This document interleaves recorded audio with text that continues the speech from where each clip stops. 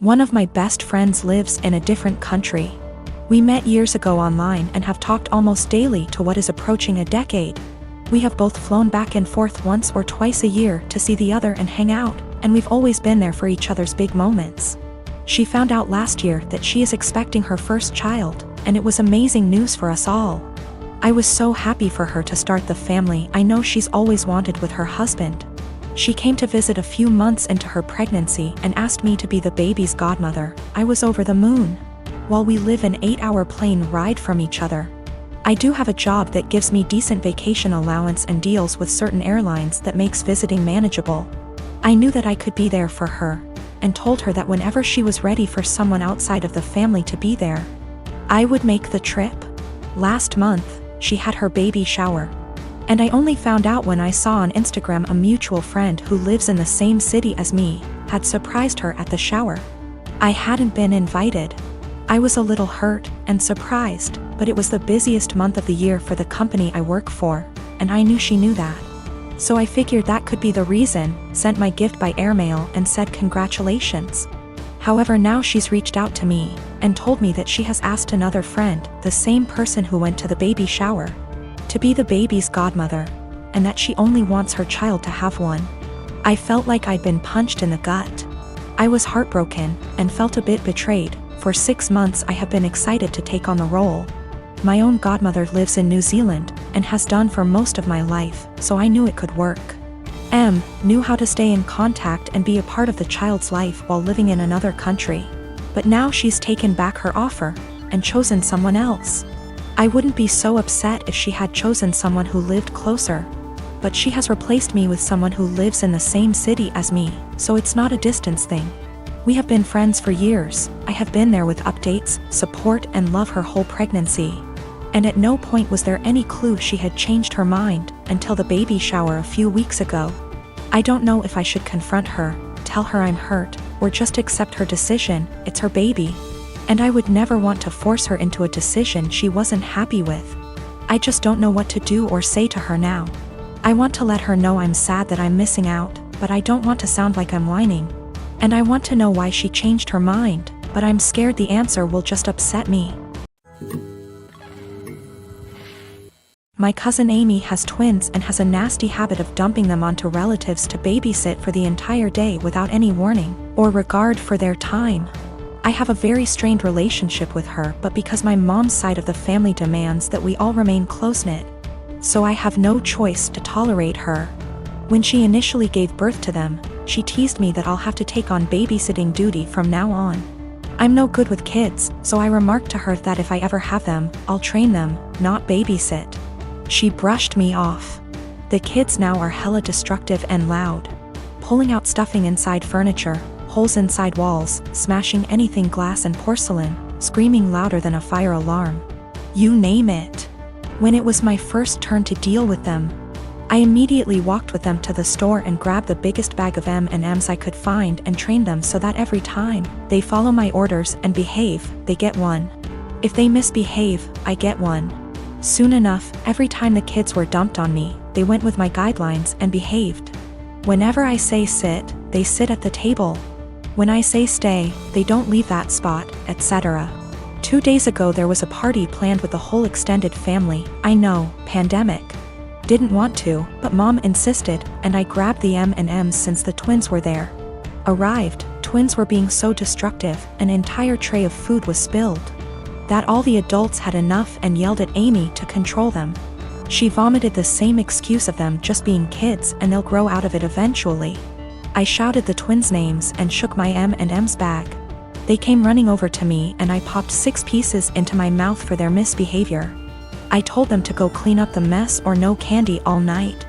They do so. Halfway through the party, every time something similar came up or they just weren't behaving, I was the one able to calm them down. When Amy saw what I was doing, she got angry and started yelling at me about how her children aren't animals and that I shouldn't be giving them so much candy anyway. I told her that I'm their aunt, not their parent. Why am I the one disciplining them? Isn't that her job? She screamed the same argument at me, and since she's their mother, to stop giving them candy. One of the twins overheard and went apeshit. dashed straight into the kitchen and started shattering anything they can get his hands on, shouting over and over that he wants candy. His twin joined him soon after. I repeated that she's their mother, and just sat in the living room watching it all unfold. At the end, Amy blamed me for them turning out this way.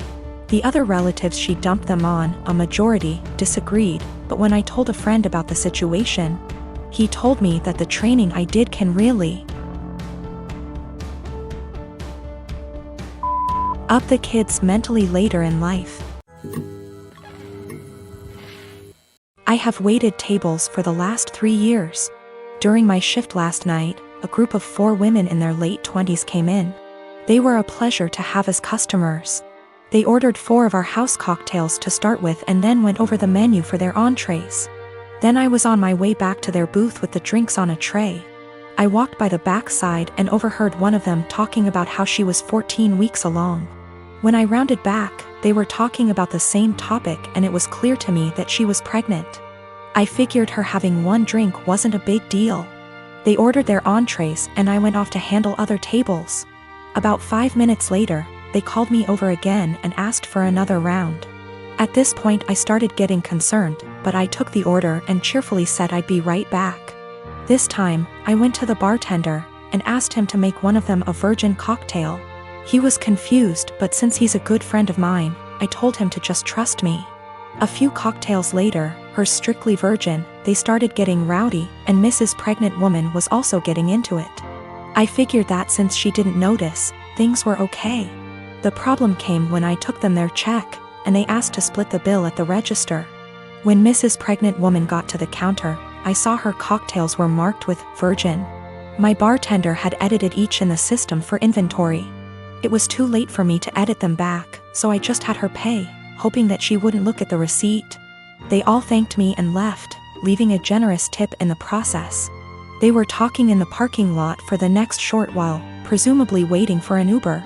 Several minutes later Mrs. Pregnant Woman came back and asked what virgin on the receipt meant. I fessed up that it meant non-alcoholic. She blank stared me for a few seconds and then asked if she had ordered a non-alcoholic cocktail. I said no, but told her that I assumed she wanted one seeing as she was pregnant. It was a lame lie and I'll admit it, but she looked me in the eye and asked me to return her part of the tip. I did so. Then she talked to my manager. My manager took me into her office and literally shrieked at me until hoarse. I stood my ground and told her that I'm not going to be responsible for FAS. She told me that she was taking me off the calendar until she decided what to do with me. She also informed me that I could get the restaurant in serious trouble for discrimination. And upon examination of my state's laws, she is correct. But when I talked to my mother and father about it tonight, they told me that they understood my position. The entire staff at the restaurant is against me and I think that I'm going to call in and tell my manager that I quit. But I still feel in the right here. My son is almost 17. This Christmas we bought him an expensive computer gaming chair, as he plays a lot of online multiplayer shooters. My son has some anger issues, which he's currently in therapy for, and these shooters tend to bring out his temper more than normal. However, for the past few months he's been keeping it together well, so I figured the chair might be a fair present.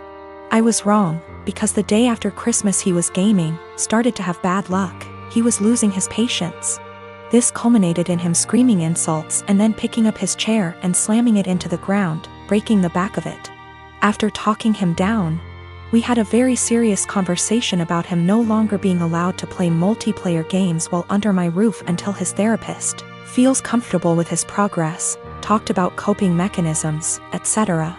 However, I made it very clear this was unacceptable and he would be grounded. We've had these heart-to-hearts many times, so it's not like every time he has an outburst I'm making light of it. It's a serious issue and treated like such. However, when he came to me later that day and told me he'd like me to replace the chair because it was a gift, he really liked it and it would only be fair. The frustration, disbelief and disappointment in his behavior boiled over and I started laughing hysterically. As in a full laughing fit, barely able to breathe or talk. The more he'd plead his case, the harder I'd laugh. Repeatedly asking him how it was fair in his mind to have me replace a gift I paid for that he broke in anger. This obviously pissed him off more, which led to him getting emotional, but I just couldn't seem to stop myself. I tried walking out of the room and asking him to drop it, but every time he'd say, "But I need a chair." Or, "What am I supposed to do now?" I'd laugh again. I tried explaining that I'm not laughing at his feelings. I'm laughing at how absurd it is for him as a teenager to expect me to replace he can't be bothered to treat with respect, and then whine about it when he broke it. He's still pissed about it, and feels slighted. I feel bad for laughing, and honestly wonder if I had some sort of mini stress break myself. Because it's never happened before and I couldn't seem to stop. But at the same time, I stand by the fact that his request was ridiculous enough to make most people want to laugh.